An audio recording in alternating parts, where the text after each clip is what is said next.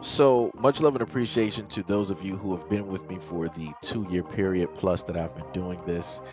Thank you for showing your love and support to the channel. And to anybody else who is brand new to the platform and you would like to support the channel, also, you can do it by way of Patreon, Anchor, the clothing store, and also the shoe shop that is listed in the comment description below. And again, thank you to any and all of you guys who have been here to support this channel during the 2+ year period. I wouldn't be able to do what I do every single day without you.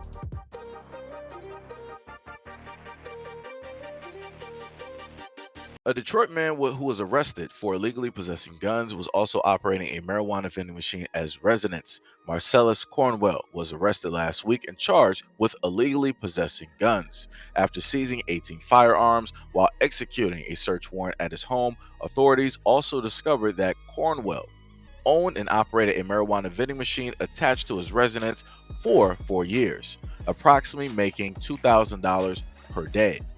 One customer who posted viral video on social media that showed how the vending machine worked, quote, he was selling like souvenirs. It's an excellent service. I think it just got out of hand.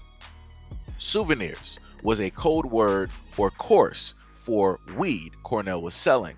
In addition to cash, the vending machine accepted credit card and Apple payments. Along with 18 firearms, cops also seized dozens of rounds of ammunition and several pounds of suspected marijuana. Quote, as far as where these firearms came from and what crimes they would have been a part of, we are still looking into that.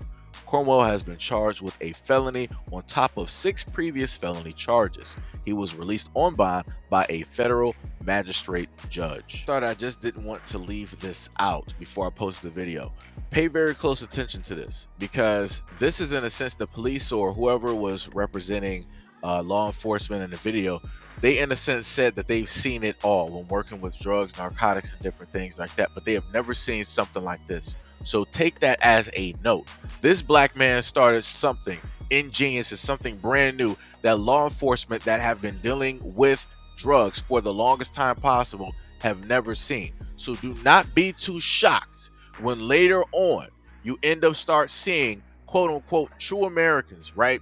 The real people, right, who founded America. Don't be too shocked if you start to see some of them doing documentaries of how they're legally able to do this from their home and how it is that they did X, Y, and Z and how they just magically came up with this plan and this idea out of nowhere.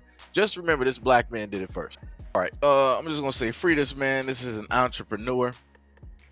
He was making the most of out of what he got. Now, I will say this: I'm not agreeing with the selling of the weapons right directly out of the house, but the way in which he was selling the marijuana, I have no problem with that. No problem with that at all.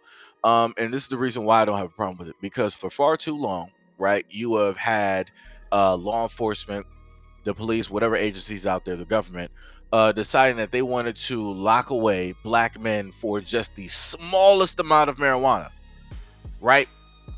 And then later on, they wanted to change the laws to enable, right, people to become quote unquote entrepreneurs and marijuana sellers. But the greatest people to profit from this were not black men. And especially it's not the black men who are still locked up on a lot of those marijuana charges and all of those different types of things. It's not any of the black men who have quote unquote felonies and all this other type of stuff from selling marijuana. No, it's Caucasian individuals. They're the ones going into black communities, opening up businesses. They're the ones opening up shops all over the place, raking in millions of dollars, right, raking in all the profits, while the main ones, right, who started this whole thing are the ones that can't profit from any of it. So like I said before, I'm happy that this dude is out on bond.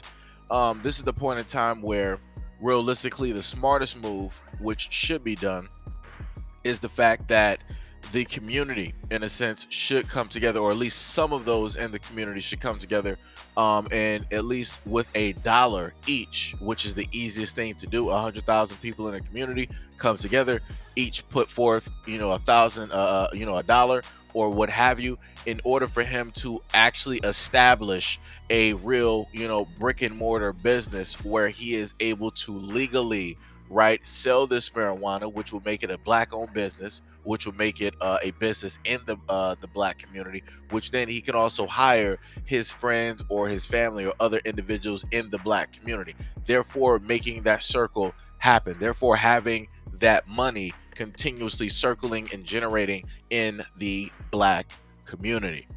So like I said, that's my fix for this. Like I said, I love the entrepreneurial aspect of this black man. I love the fact that he was able to make his own money. He ain't out there begging or asking nobody for nothing. And the other thing as well that I want people to pay very close attention to, even if you go listen to the actual video where you have a representative from law enforcement there, they didn't state that, oh, he was a dangerous person. They didn't state that, oh, it was gunfire back and forth. They didn't state that, oh, this dude was causing a lot of violence and crime, throughout the streets in this neighborhood and we really had to get him. It wasn't none of that. It was a quiet place, quiet area, wasn't nothing going on except for the foot track of traffic of people coming to that vending machine and leaving. One of the women that came to that machine stated that she would use it 2 to 3 times a day. This man was making money. So like I said before, this is the point in time where if we have somebody that's doing something not exactly the right way, that the black community can sit up there and step up and be like, yo, we got you. We're going to help you. We're going to pull money together and we're going to help you sit up there and open up a legal business so that you could do this legally and you don't have to deal with the potentiality of them trying to come in and stop your business and all this other type of stuff. Like I said, there's solutions to a lot of problems in the black community. The problem is that you don't have a lot of black people that are willing to contribute to these solutions. And the secondary problem is that along with having the lack of necessary black people to contribute to those solutions, you also have just as many black people who are jealous of the types of monies or the success that other black people are able to generate for themselves by their own willpower and their own thought process.